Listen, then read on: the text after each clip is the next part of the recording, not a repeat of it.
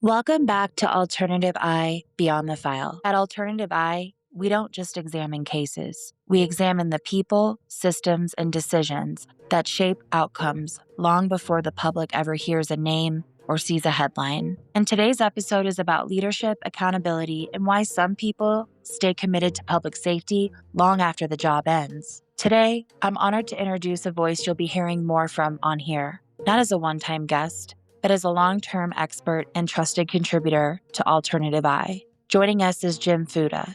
Jim brings more than 3 decades of frontline experience in law enforcement and public safety. Over the course of a 33-year career, he responded to more than 300 hostage and barricade situations, worked at the highest levels of physical security for U.S. presidents and global leaders, and later took that experience beyond borders, advising and training internationally in places like Bosnia, Indonesia, and Pakistan. But titles alone don't explain why Jim's voice matters. Jim is currently the vice chair of Crime Stoppers Global Solutions, an organization built on a simple but powerful idea that communities matter and that silence is often the greatest barrier to justice. His work has focused on empowering people to speak up safely, responsibly, and effectively, while protecting the integrity of investigations and the lives impacted by them. In this conversation, we're not here to sensationalize crime. We're here to understand what motivates sustained leadership, how trust is built between the public and law enforcement, and how systems can either amplify truth or quietly suppress it. This episode is about why Jim Fuda does this work, what he's learned, and how crime media can evolve into a force that informs, protects, and actually helps move cases forward. This is episode 9 of Alternative Eye Beyond the File. Let's get into it. Jim, it's such an honor to have you. You're an incredible man. And when you were willing to come on the show and been getting to know each other, what an honor to be talking to you. How's your day going? You having a good day over there? Yeah, it's been steady. We have the World Cup coming to our city too, and that brings in more human trafficking kind of people, and people, whenever there's large crowds, there's always people there trying to take advantage of that. And so I'm doing an interview tomorrow with one of our local TV stations on that and what to look for, things like that. So it's been a steady week. I've been preparing a little bit because my wife gets such a kick. I get such a kick out of her. When we do things, she's always worried because she says I don't do my homework, and she says. She always tells me before I go on something live, she says, remember, you're only one sentence away from being an idiot. So we have great relationship there. So we laugh and go back so and forth. Cool. She does a lot of my homework for me. Is that how she keeps you the best of the best? Is that Yeah. why you're as sharp as you are? Is because of your wife? Well, it's funny. I was married once before, single for 20 years, and I met my Swiss wife 19 years ago in a British Air business class lounge. I was headed to Pakistan for work. She was headed to Zurich for a meeting through London.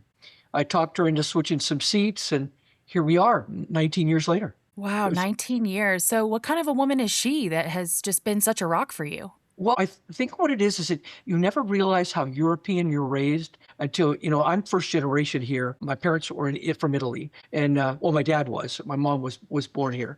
But it just gets my sense of humor, and it just became an instant partner, and that was the cool part about it. And I dated a lot, and I had one woman tell me after dating her a month, when are you going to give me a credit card? You know what? I'm not. Yeah. So to really have that partner that you can share everything with is actually really, really cool. And I didn't have that in my first marriage, and then being single for as long as I was. So this works out. Accepted my family. I have 2 grown children and 5 grandchildren, and so it's just been a great stage of life. Wow, I'm so glad that you were blessed with that. You deserve it. You really she's do. 7 years younger than me, but we get Look at along great. you. And maybe because I'm a kind of a child at heart, because I'm 73.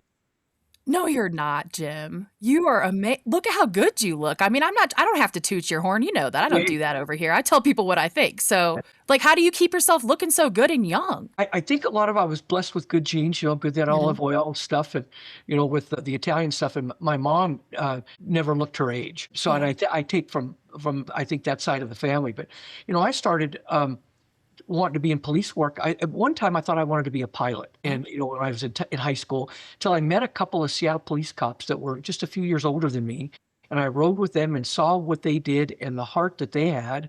And I thought, this is something that I want to do. At 19, I got drafted in the military. But this was the stage when I was in basic training. Nixon did away with the draft. And then I'm home on leave with orders for Vietnam, and Nixon did away with draftees having to go to a combat zone. I remember somebody calling me at my parents' house. Every time my mom would look at me, she'd cry, because I was headed to Vietnam. And someone says, "You still want to go to Vietnam?" And I went, "Are you crazy? Who is this?" And so I said, "Well, reassign me." And I was able to finagle my way back to Fort Lewis here in Seattle, in Tacoma, outside of Tacoma. And so I was able to test for the sheriff's department while I was still underage and still in the military. So I turned 21, got discharged, and hired on the sheriff's office in a 10-day period. So I'm still the youngest one they ever, and so I was here and I did 33 and a half years, and I was able to retire at 54 and do something else with a full pension. So it got me into other aspects. And in that era, the sheriff's department really changed. We hired a lot more people. That's when SWAT teams were first being formed in the late 60s before I came on, and negotiations teams were the late 70s. And so I was one of the first hostage negotiators for my agency. They had 10 or 12 of us. And then when I got promoted, I took the team over. So, we were averaging initially just like 10 or 12 call outs a year. But then when we got meshed and really learned how to work well with SWAT teams. The SWAT teams called us mouth Marines. They didn't want, they'd set their perimeter and they set a plan and they go in and get the bad guy. Now they held the perimeter and then let us do our thing, to talk to the bad guy. And there was always a team that was sent out. There was the primary negotiator who talked to the bad guy. There was the secondary negotiator. And he would monitor the conversation and pass notes to the primary with the idea that two heads are better than one to help direct the conversation. But you had to have an experienced guy in that role, because what ends up happening, if you get someone that gets caught up in the conversation, now they're underlining and they're poking the primary. And in essence, he becomes the silent primary and frustrates the primary negotiator. And then there's the intel guy who gathers all the information on what's going on and that kind of thing. And then the team leader who isolates the team from any and all outside distractions and passes information. It was a think tank, I called it, with the overall incident commander, the SWAT team commander, and then you look at the triangle, and then the hostage negotiations team leader. And they pass information, real-time information back and forth and make the decisions of how things are going to move forward. So there was a really interesting thing for me to get into that, especially having a few years on the street and being able to utilize those skills and move forward. That's just incredible. And it really makes me think, especially why I thought talking to you. I mean, people want to talk to me all the time, but I was so excited to speak with you, because telling me that, earlier you mentioned that before none of these things existed, right? And when we're talking about systems and how we can move things forward in 2026 and really be taking advantage of everything that we have afforded to us, I think you're the right person to talk about that specifically, because you've been through so much, you've seen so many changes, and you were there before the internet. Yeah. Oh boy, yeah. Long before the internet. I remember a lieutenant calling me into the precinct one time, and he hooked me up with an email. And I went, why do I need this thing when I could just, why do I have to write a letter when I could just pick up a phone and call somebody? What's this, email? What did you feel like the first time you used something new like that? It was really strange. And who knew that it was going to become such an integral part of what we do? Yes. On a daily basis. And it always feels strange when we have something new and unconventional, right? Yeah. Yeah. And it's uncomfortable, isn't it? Yeah. Yeah. Just like with what I'm doing, would you say that's going to make people uncomfortable when they see the accuracy of it and the live decoding and everything else we've been doing here on this show? Exactly.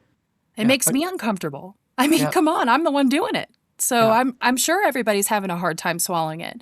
But that's why it's not about convincing people. Just like you, when you were, as a leader, seeing the future and you're providing all these things for your team and you were headed where you were going, you had a vision, did you not? Yeah, well, yeah, and I was, call it fortunate or unfortunate. I had a couple of incidents that the FBI wanted to hear more about.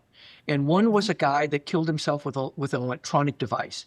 He didn't have the wherewithal to jump up off a bridge or put a gun to his head, but he built a device built on Radio Shack parts with Oh, a yeah. photocell trigger. I spoke with him for about 4 hours. And he was in a cheap motel room. He had gone and met with his wife, his estranged wife prior, and gave her a shoebox full of things with $50 cash. And he had a daughter, and said, tell our daughter that daddy died of a brain tumor. And he put a photocell device on a window in a cheap motel room, and it was set up to a battery pack that had wires with a device he had strapped to his chest. They had a single fire shot mechanism that was built on a photocell that lit an electronic match that heated up the fuse that fired a bullet and killed him and fired into his heart, killed him while I was talking to him. And I have it all on tape. So Wow. I wanted to know more about that, which got me doing some guest shots for some of their trainings that they did. And then got me back to the FBI Academy to do terrorist hostage negotiation stuff on 2-week classes that we would have. So it got me back there and got my agency and the Seattle Police Department recognized, and more of our negotiators were able to go back to that training as well, which was very helpful. Wow. So you're mentioning what this gentleman did, and what was the nature of his life that really drove him to that? And then I have a few other questions. Yeah, he was living out of his car. The sad part about this case is that I had talked him past what I wrote a paper on it called trigger point. And it's that moment in time when a person is both mentally and physically capable of killing himself. So I've got the desire to die, but to take that physical and do this is a very short period of time. Why Yes. else are they waiting to talk to the negotiator? This was helpful for the beat cop going to keep the guy, pose some options till the negotiators can get there to speak to him. And so that's kind of a theory that I developed that we're teaching now, and it actually works. Pose options, show some support, and get him talking to get past that point. Yes. And whenever you've led these hostage negotiations, all these things, is there a secret sauce for you that you would want people to understand really? I would just be curious about how to be successful. I think you have to be genuine. I think I can say things a certain way, and I can write those words down and give them to another negotiator. But if it doesn't sound legitimate, he or she got to be in their own words. And some of the personality type you're talking about as well. And there's certain personalities. I would try to put the best person forward on my team with the minimal information that we have of how you put that team makeup together. And like the antisocial personality, you want somebody strong and somebody that can be forceful and basically kind of manipulative, because that's exactly what an antisocial personality is that they are manipulative and they look for their best way out of a situation and what's the best deal for them at that moment. Okay, that makes a lot of sense. And it's interesting to hear because, when we watch this stuff on TV or as an average American, right, I don't have the badge background. I might have seen some of the things that guys can do in agencies, but I stay in my lane. So we see these things and we think, okay, they're just out there. It's like they just show up and they do their job. But it's a very coordinated operation, correct? You guys really put a lot of thought into this. You know what you're doing as experts. It's not just something you're doing, like you're just not just showing up and having a good time, right? Right, absolutely. And there's times, I'll speak of one other incident if you let me, is there was I have the second documented case of somebody being killed on a deadline, meaning you got 30 minutes to give me what I want or I'm killing my hostage. And this guy did. He killed a 17-year-old girl in front of me and my team. I'm negotiating from behind a front tire of a police car, and he slid an door open, and he was an antisocial personality, and he wanted a cell phone. Something that has a hook. That's my hook. Something that has value or meaning. And I talked him through a couple other deadlines, and he wanted a cell phone, a pen and a paper, that he wanted some cigarettes. Well, you don't give him a whole pack of cigarettes because you can't get him to ask for anything else. So I put 3 cigarettes and some matches and a rock in a blue medic's glove and threw it to the right front tire of the van. And then he wanted a pen and a paper, and we found out later that was for the girl to write a goodbye note. He was planning on killing her anyway. And but he wanted that cell phone. And so anyway, he kills the girl. He shoots himself through the fatty deposits of his shoulder as a sign. He claimed it was a suicide pact, and it wasn't. He slid the van door open. He started pistol whipping her, and then she's begging me to save her, and he slid the van door open and executed her right in front of me. What a coward. Yeah, very much so. And so, but he pled guilty to avoid the death penalty. And that was another thing. What's his best option at that moment for what he's in? And so I was able to, with less than a year from the incident, I was able to go do an interview with him in the jail before he went to the penitentiary. And I asked him, I said, why did you kill him? He says, told you I would. I wanted a cell phone. That's what I meant. I was able to get a 20-minute interview out of a guy, spent about 4 hours with him on dealing with an antisocial personality at the time just about to commit murder. And as we know, I mean, I've had a lot of them on my plate too. They love to brag. They love to talk about how they wanted to do it. Where do you think that comes from, Jim? I think it's their own ego, and you got to look at some of their background. He wanted to talk to his parents. He was 23, and he wanted to put this all on them because they wouldn't give him a loan. Look what you made me do, and that was the bottom line. That's why he wanted the cell phone. So, Wow. I mean, that's just a shame. And so that's obviously something that's like still on your heart. You know, it came up today. I mean, how does that affect somebody, especially as a leader? Like, how did you feel about that? Well, the first time with the guy that killed himself with electronic device, I took that personal. That was before we had critical incident stress debriefing teams, CISD debriefings. And then you realize that everyone's kind of feeling the same way. I didn't kill anybody, he did. And that guy killed himself. He put himself in that situation. And, the shrinks listened to the tapes and they said, what else could I have done? And they said, nothing. You kept on Exactly. than most people could have. So it's just comforting to know that it's a process that you end up working through. Yes. And I used a lot of all things Herb Cohen's "You Can Negotiate Anything," a business negotiations book. But you obviously the stakes are much higher. If you present yourself as a real flesh and blood human being, someone who has wants and needs like everybody else, there's a greater likelihood you're going to get what you want. Yes. And It's true. that was the basis that I use it every time I went into a negotiation. I think that's just amazing that you have that wisdom. So, as you've come in your career, like, when you started off fresh and you were young in the field and where you are now, did you see yourself develop wisdom as you continued on this mission? I think in the beginning you just kind of go through it and it just kind of comes. You don't realize it because it becomes second nature to you. Responding to calls, getting shot at times, and going and doing talking yourself into. Wait a minute, Fuda, you've got to scared to death. You've got to go do this. This is what you get paid for. You go do it. So I think to confront those feelings that you are going to be scared. Yeah, you're going to question yourself. Yeah, that other people are going to, you go to court, are going to question you of your actions. They're going to take months to evaluate that you had seconds to put together. I remember going on the stand as a sergeant, and I prior to this, it was a drug deal thing that was a search warrant thing, and this mousy little attorney says. I get on this, he sees me talking with the detectives. I hadn't seen the detectives in months because I didn't work in their unit. And so I was a patrol sergeant. And I says, is it not true, officer or sergeant, that you and these officers, just before you came up the stand, concocted this story against my client?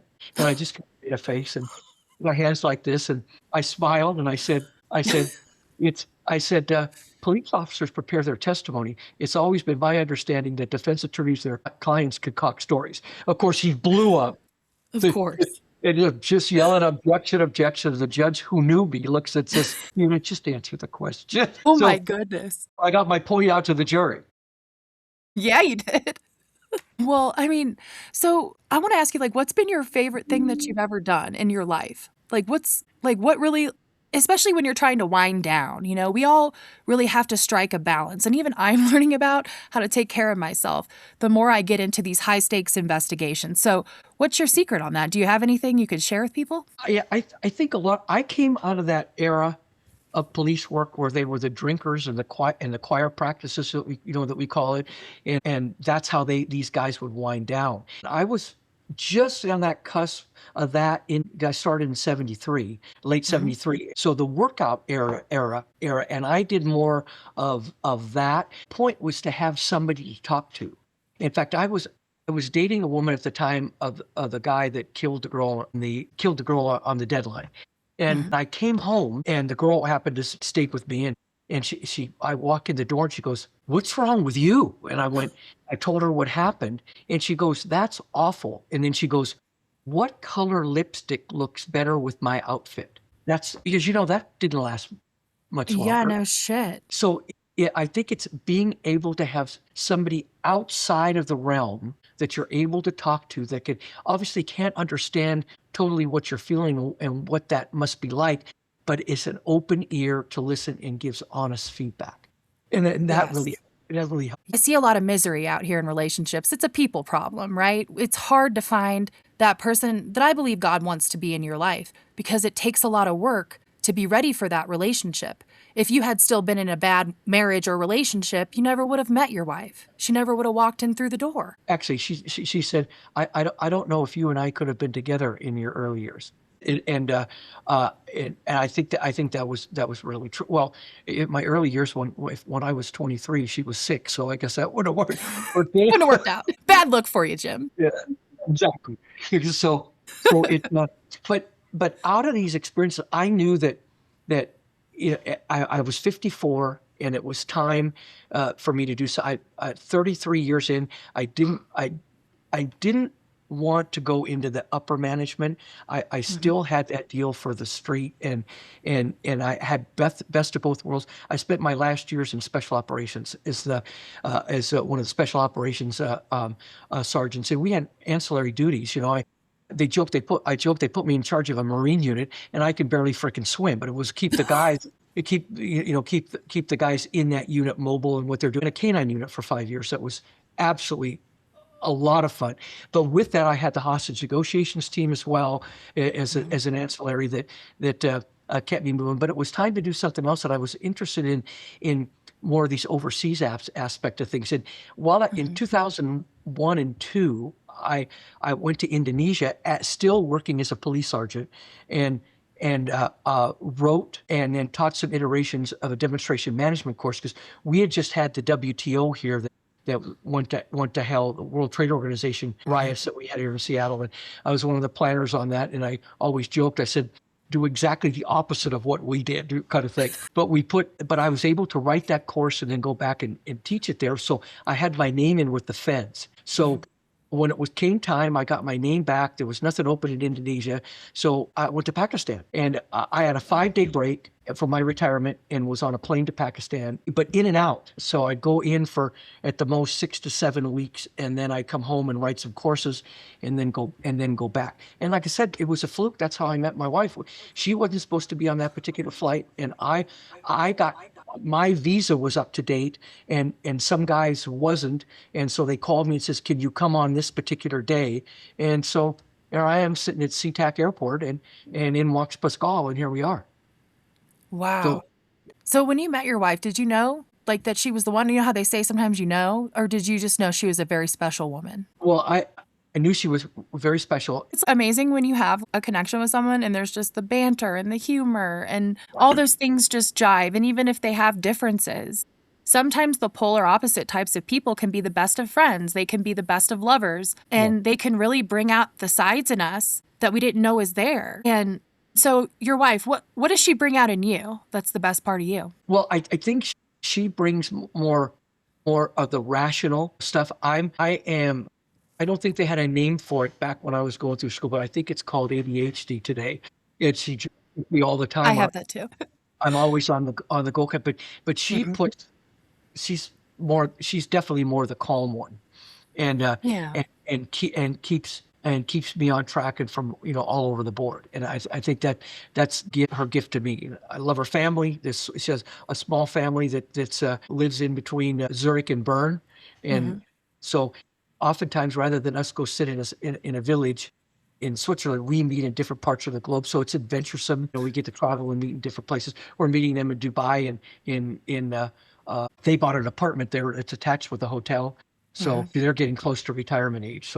So they bought one. So we'll go meet them there this year. I know you guys were just in Cabo. I was jealous. I was like, it sounds nice down there. I mean, what'd you guys do? What was your favorite part of the trip? Well, we've been several times because that's only a 4-hour flight for us to get to some sun. But But the fact is that our Christmas obligations were done on the 21st of December. And, having grown kids that have in-laws and things like that, I was never the dad that made them feel guilty about not, eating 3 Christmas dinners, if you know what I mean. So we do it earlier and everyone relaxes and has a good time. And then so we decided, let's go get some sun. And so we booked the trip and came back. We left on Christmas Day and came back on New Year's Eve. So just laid in the sun with our feet in the sand and had some good food and just relaxed. I love it. You deserve it. So what do you have going on right now that with Crime Stoppers Global Solutions and everything? What's on your heart? What is your top priority right now in this next year? The next stage of things is that's what got me into, I lived in Banja Luka, Bosnia for 14 months. I came, after I was finished with Pakistan, I worked for Microsoft for a year as their global event security director. I just didn't seem to fit into that corporate environment. I promised them a year, I did a year. And then I went back to the feds, and it took about 6 months for this position to open up. It was more of an operational position, training, and they put me in, because of my negotiation skills, put me in the Serb part of Bosnia, who at the time Americans were not very well liked. Their minister of the interior would throw me out of his office, a couple times a week, saying, "Get out of here, you can't do anything for me." Till I got them some equipment and did some training for them and built a great reputation with that. But the only reason we came home after 14 months is my mom passed, and my I'm the oldest in an Italian family. You come back and help take care of Dad. So I came home, and then the guy that started the Crime Stoppers program here in Seattle was a Seattle police detective. He and I had been friends for a long time. And he says, "Jim, I'm thinking about stepping down. Can you come over and co-director with me for a while?" And because I'd been their board president before I left to Bosnia. And so I did, and then he retired, and I took over the full-time role. But in November of 2017, we started using an anonymous tip app. In other words, you report crime anonymously through an app, which is much better than a 1-800 number where people don't trust it as much. And we're in the gaming generation. I joke I can't get my 17-year-old granddaughter to talk to me on the telephone, but she texts me back in 30 seconds. What better way, after knowing how corruption in these developing countries are, is what better way to get citizens involved? And so I went back to Bosnia, where I had trusted policemen, 7 crimes: human trafficking, terrorism, illicit trade, arms dealing, drug smuggling, cybercrime, and bank fraud. Had my trusted commanders bring 4 countries together, 2 outside the EU, Serbia and Bosnia, 2 inside, Croatia and Slovenia.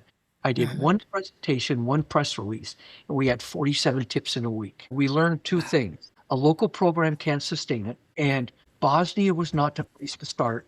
They call them 3 separate governments, but it's Croats Catholic, Serbs Orthodox, Bosniaks Muslim. If one likes it, the other 2 don't. So we moved it to Serbia, which is kind of the leader in the outside the EU states anyway.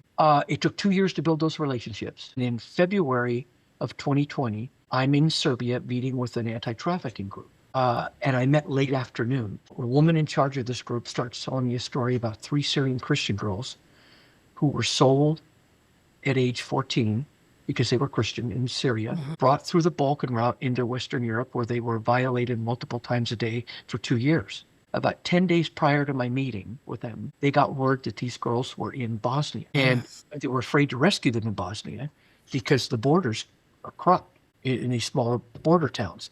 So they were worried that the girls would be taken from them, that they would be arrested, or they'd be charged a bunch of money, or all 3. So they kept loose eyes on them. And about 2:00 the morning of that I met with them that late afternoon, they had rescued those 2 girls.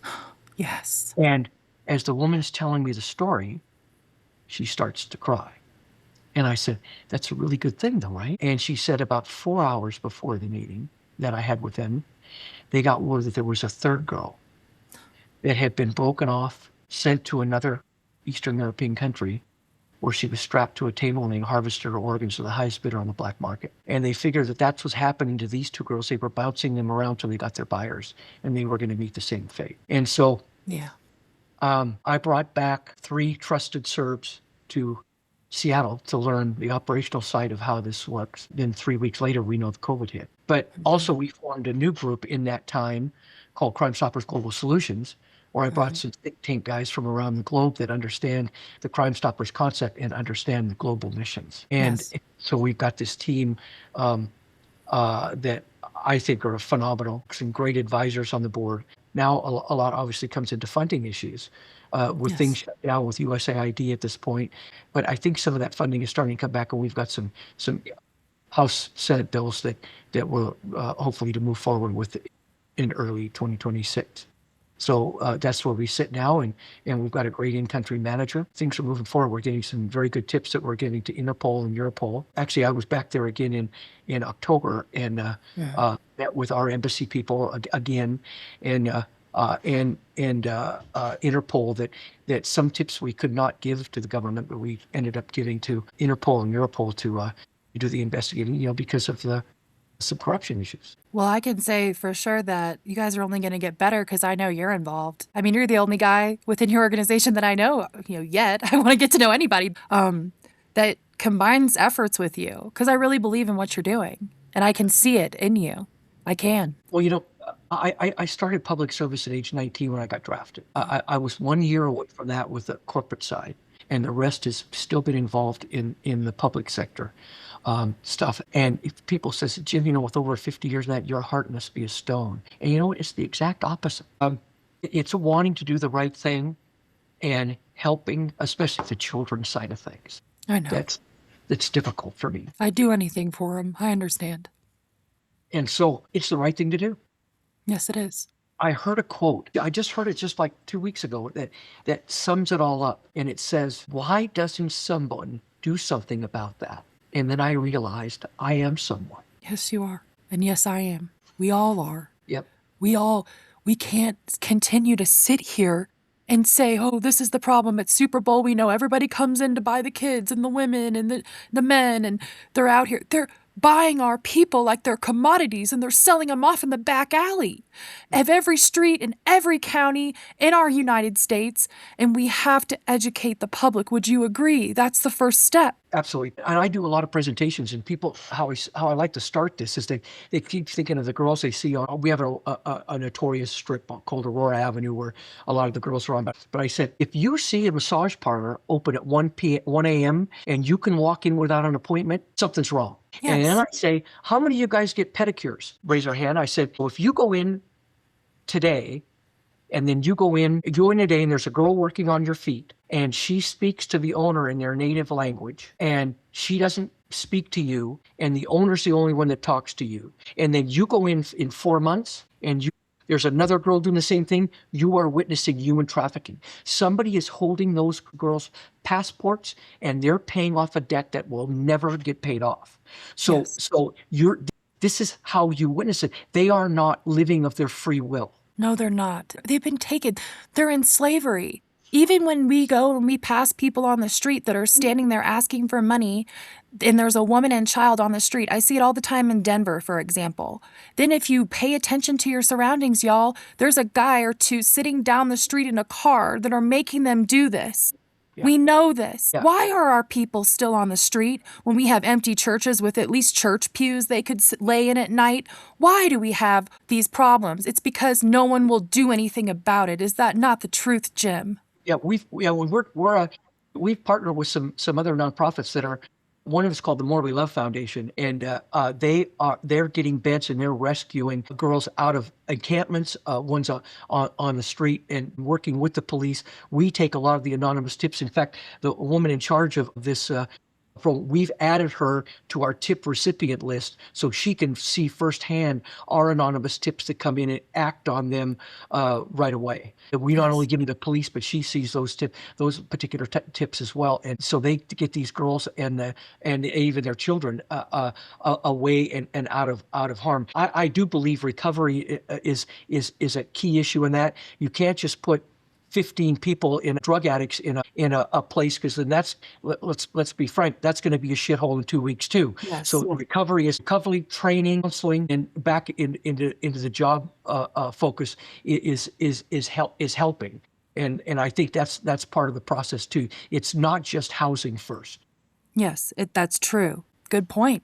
Because I always think about, at least if they had some stability. I've been through hard times in my life. I know that if I had a nice warm bed, but at the same time, I was never a drug addict or somebody that struggled with mental health issues in the way that these people do. And so, a question that's coming to mind here, especially because we're talking, I mean, I know that you're the expert in this as far as getting the public involved, and you see what we're doing with Alternative Eye and what we want to do. We want to, it's not about reinventing the wheel, but reshaping. You're seeing, just by getting to know me, one civilian who decided to look at these cases, and I risked my life for all of you because I wanted to use my mind and my gift. I wanted to give it as a gift to you guys in the United States. You deserve it for all the hard work that you've done, all the sacrifices you've made. And I wasn't going to get on a plane and run from these guys. And now everybody can see why. Because these men and women who have controlled our lives from the top down, they're hiding out, and they have prevented all of us from truly being able to realize what we're capable as humans. I'm here for that. That's what I represent. This is my heart. I don't have any reason to bullshit anybody. I could still do my job for free for the rest of my life. You guys can hate me. You can love me. I am here for a reason. And what I have done recently, which we can't talk about on here, you can see my heart through my work, can't you? Just from a limited standpoint. Definitely. And and the hard part, having worked in developing countries, is it where you see the open corruption and the value of life is different. Yes. I remember outside of Surabaya, where we were doing a training, we were about 20, 30 kilometers outside the city of Surabaya, and we were crossing a bridge. It was a dirt bridge, actually, and a Volkswagen pickup truck, say a better word, a flatbed in the back. Two guys stop right in the middle of the bridge, pick up a guy with no arms and no legs, lay him up against a post, and put a bucket in front of him, where the guys that looked to be in his late 20s would cry his eyes out, and people would throw change in. And then I guess at the end of the day, they go pick him up after he defecated himself and all that crap. And I asked in front of her, I said, "What is this?" And she says, "Everybody's got to pay their way." What And the fuck? the same training center we went to, we couldn't go out to get any lunch, so we had to hire a caterer. And the food was catastrophic. And we said, "Well, can't you do any better with the money that we're giving you like this?" And he says, "You're not giving me that much money. We were giving the money to the commandant. Commandant was skimming 80% of it, and then got pissed at us. We told him we wanted to pay the caterer directly, because that's how he was making his money." And that's just common practice. Right. Some of the generals in some of these countries were making equivalent of $500 American a month, and their kids are off to school in Europe, and they own one of the private islands with 2 houses on it, one for themselves and one for their concubines. But it's common practice. It's just normal. They don't even realize they're doing wrong. Exactly. It's exactly like with the Somalians, for example. We already know that is just normal over there, like the scheming and the wheeling and dealing. That's just normal. And to them, this is like, oh, the United States is the greatest place to be because we can profit off of these shell corporations and we can play the system. And everybody comes here to do that. I mean, there's no denying that that's taking place here. I'm not going to get into politics because I'm apolitical. I study the whole shebang. And, I have common sense. So I can tell when there's a great leader and when there's not. Would you agree that people because you would know this best given your career, because you've protected these people at the top, right? I mean, you've done so many great things, but there's just so much noise, especially in 2026. How would you even know if, for example, Donald Trump was a great person? You've never met the guy. You have no idea what that guy's doing every day. You have no idea the good. So I never buy what people are selling on TV unless somebody's really knows the guy or something, right? But at the end of the day, none of us really know a guy, maybe you do, but that knows the guy, right? So how are we going to criticize a leader, right? Even people are going to criticize me, whatever. I mean, I could give a shit what you guys think about me, so that gives me more power. People need that authenticity. People in our country need somebody like me. And that's why I'm brave enough to do this now, even if I don't feel like I'm ready. And so it's like, I guess my question after that rant, though, is what do people need the most from us, do you think? People like us, Jim. Well, let me answer that question in an analogy that happened to me a while back. I went to do a presentation at an event, a bunch of older women, 150 of them. And the person read my background. And before I even got started, a woman raised her hand and said, because she knew I worked in Pakistan, she said, "What are you training those terrorists for?" And if my computer hadn't been up, I'd have packed it up and walked out. But I said, listen up, lady. I said, I have people I communicate with on a monthly basis from my time in Pakistan that are good, decent people, Yes. and they want exactly what you want. Yes, They they want to do. provide for their families. They want to live a safe life, and they want to live a safe, productive life. And what makes that any different because of the disadvantage of some of the countries that they were frickin' born in? Yeah. The media has been used against us, Jim, for so long, and it is used to manipulate people's minds, especially young people now, with all the algorithms and everything, and people are constantly on these devices. They're not even formulating their own opinions, let alone an educated one. I mean, I'm not saying everybody's that way, but by and large, we're up against that where these attitudes toward the Middle East or any people. People are people. They are, in my opinion, God's people. You don't get to determine their value based on what we've gone to war with them for centuries. What does that even mean? Most of us has only been alive, for 80 years. So what responsibility do we have to the centuries of this bullshit when we could figure this out today? You know what really gets me going, and I'm sure it's the last place they want me to go, is I would love to go down to Congress with some of my buddies who go down there and really shake it up. I mean, I'm sure dropping an F-bomb or two really won't fly very well with them because they want everybody to be calm when we have no reason to be. If we had more people like us, I can only say because it's just you and me in this room right now, if I was down there, I would be coming up with solutions 24/7 like Fake Guard when I looked into the future with my gifts. I saw a new world for us, a world of accountability, a new system, and it will come in my lifetime. We have these masks on and you don't have one on today. And that gives me a deeper feeling of gratitude toward you and respect. And that's that genuine thing that people need to see. It's true. They need to see people's heart like yours. In fact, people have some of that question is hard to answer. Why do you do this? And all I can answer, it's the right thing to do. Yeah. That's what I think too. That really resonates with me because I don't understand why I do this. I don't understand why I'm good at what I do. I don't understand why I'm able to find a body really fast. I mean, I just look at the map and then I just go right to it. I can walk up to anybody's door if they're hiding from us. And I will continue to be the best so that I can walk up to all of their doors if they allow me the opportunity. Because 5 hours for me might be 50 years for some people. And when we're truly in alignment, you guys can do this too. I'm not special. I was chosen by God. We're all chosen by God. It's a matter of making a decision. I believe that. Yeah, I agree. And I wonder how we can combine together, with Alternative Eye, with all of our experts, Jim, and bring on just it's not about doing things different, but we need to be really strategizing. For example, right now we're building an AI. I have a few private partners building AI so that we can analyze these cold cases in a new way. And they're using my decodings from, my investigation on Dennis Rader, and they're putting these into the system and they're able to legitimize all of my work and bolster it. And the things that it's even some of these guys are ex-FBI, some of my partners that are designing this. They're telling me, it's not even in government agencies. I've got a lot of people involved. I've seen miracles in my life, and I want to share those miracles with people to give them hope. I feel I actually have hope talking to you. Did you know that? I'm glad. You have that effect on people. Yeah, no, it's just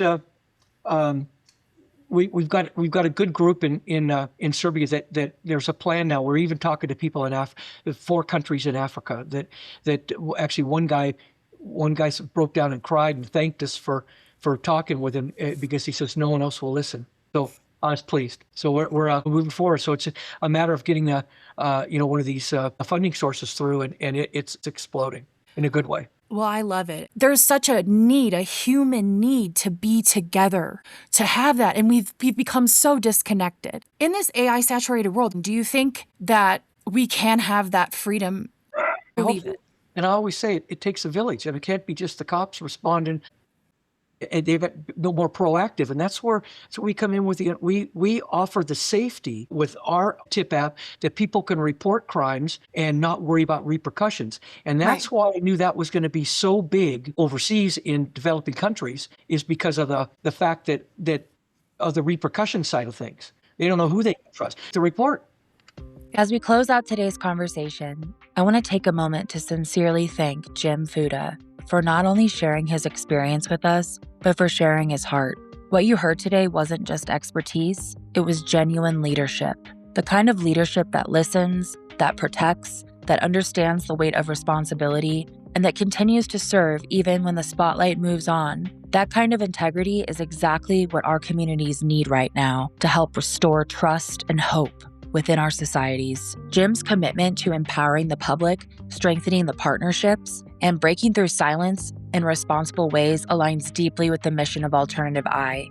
This conversation is only the beginning. I very much look forward to bringing Jim back on to dive deeper into who he is, what he's working on, and how we can apply these innovative community-centered approaches across our media network, not just to talk about crime, but to help solve the most complex cases, activate the public responsibility, and support communities in becoming stronger, more informed, and more united. Thank you for joining us for episode 9 of Alternative I Beyond the File. We'll see you next time. Please visit www.thealternativei.com, subscribe to us on YouTube for all of our latest advancements, and join the family. We look forward to serving you.